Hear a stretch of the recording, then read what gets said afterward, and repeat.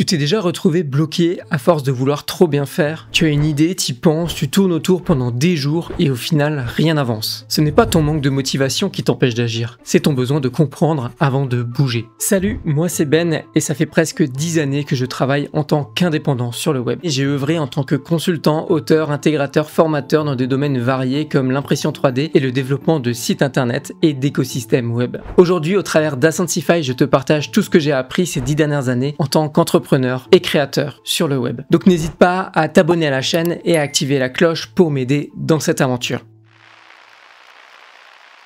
Si je te parle de ce sujet aujourd'hui, c'est parce que j'y étais moi-même confronté. Pour moi, ces 2 dernières années ont été remplies de remises en question et de changements de plan. Parce que je voulais trouver plus de sens et plus d'alignement dans l'activité que j'exerçais. Quand j'ai décidé de passer d'imprimeur 3D Pro et de mon agence BTK Digital à un nouveau projet, ça m'a pris presque 2 ans avant de vraiment oser me lancer. Je réfléchissais énormément à comment créer quelque chose qui me ressemble vraiment. Et j'avais encore aucune idée de nom, de logo, de site internet, ni même de business model ou de structure. Mais je savais une chose, c'était que je voulais me lancer dans un projet qui était plus grand que moi, quelque chose qui me dépasserait et qui me driverait dans les prochaines années. Et pourtant, pendant des mois, j'étais complètement paralysé. J'avais envie d'avancer, mais rien ne sortait. C'était un peu comme le syndrome de la page blanche. L'envie est là, mais le premier pas me semblait impossible. Puis j'ai commencé à mettre un peu d'ordre dans tout ça. Je savais que j'avais plein de choses à partager. Et du coup, j'ai commencé à faire des plans sur ce que je voulais créer. Et je notais absolument toutes les idées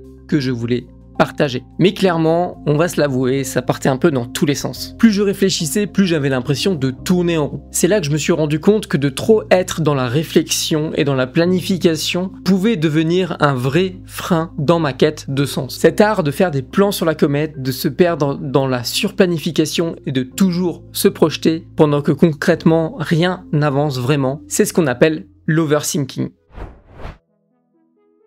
Pour sortir de l'overthinking, il fallait déjà comprendre pourquoi on agit comme ça. Il y a 3 causes fréquentes. La première cause, c'est la peur de se tromper. C'est lorsqu'on attend la certitude avant d'agir. La certitude que ce que l'on fait est juste et vrai et ne peut pas être contesté. Le truc, c'est que lorsqu'on reste bloqué dans cette peur, on n'ose plus confronter nos idées. La deuxième cause, c'est le perfectionnisme. On veut la bonne stratégie, le bon timing, le bon angle, le bon ton et la bonne forme, bref, tout doit être vraiment parfait avant de se lancer. En vérité, c'est jamais vrai. On n'est jamais parfait. Tout ce qu'on fait n'est pas parfait. Tout est sujet à amélioration, même lorsqu'on se sent le plus prêt possible. Tout ce qu'on va sortir, tout ce qu'on va faire, tout ce qu'on va produire, tout ce qu'on va créer est sujet constamment à amélioration. Alors oui, c'est sûr, il y a un point de départ. Constamment, il y a un point de départ. Et ce point de départ, selon votre expérience, il peut se situer plutôt en bas ou plutôt en haut.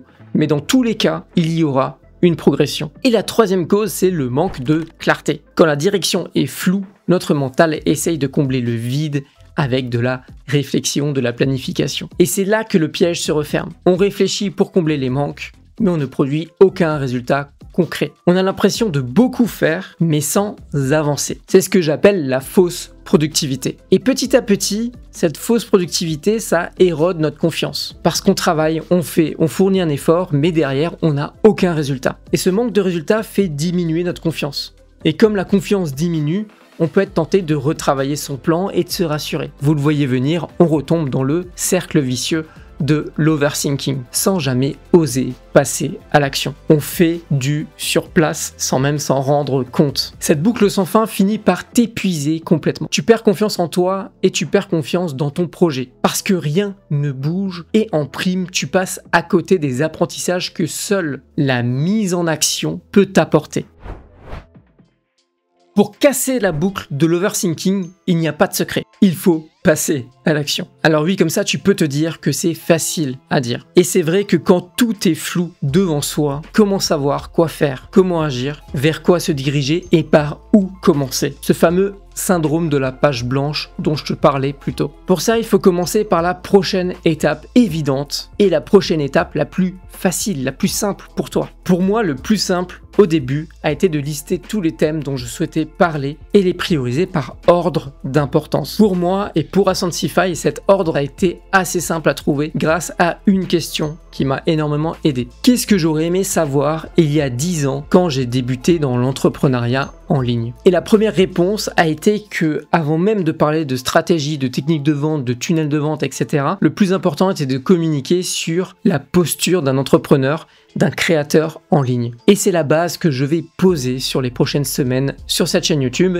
et sur le site ascensify.com. Procéder ainsi m'a permis de donner une structure sur laquelle m'appuyer pour mon projet. Mon projet étant d'accompagner beaucoup plus d'entrepreneurs ambitieux dans l'entrepreneuriat en ligne. Et les récentes vidéos que je sors sur cette chaîne sont la preuve de cette organisation. Et franchement, ça me va plutôt bien. J'ai quitté l'overthinking pour passer en mode production. Je passe à l'action. Mais passer à l'action ne signifie pas absence de réflexion et de plan pour autant. Parce que chaque petit pas et chaque action me donne du feedback. Et ce feedback me pousse à me réajuster et à m'améliorer. C'est pas parfait et je l'accepte. J'œuvre dans l'action et j'ose me tromper. Et si jamais je me trompe, tant pis, c'est pas grave, je vais réajuster par la suite. Le fait de partir avec un tel mindset fait en sorte que, peu importe ce qui se passe, il n'y aura jamais d'échec, mais que des apprentissages.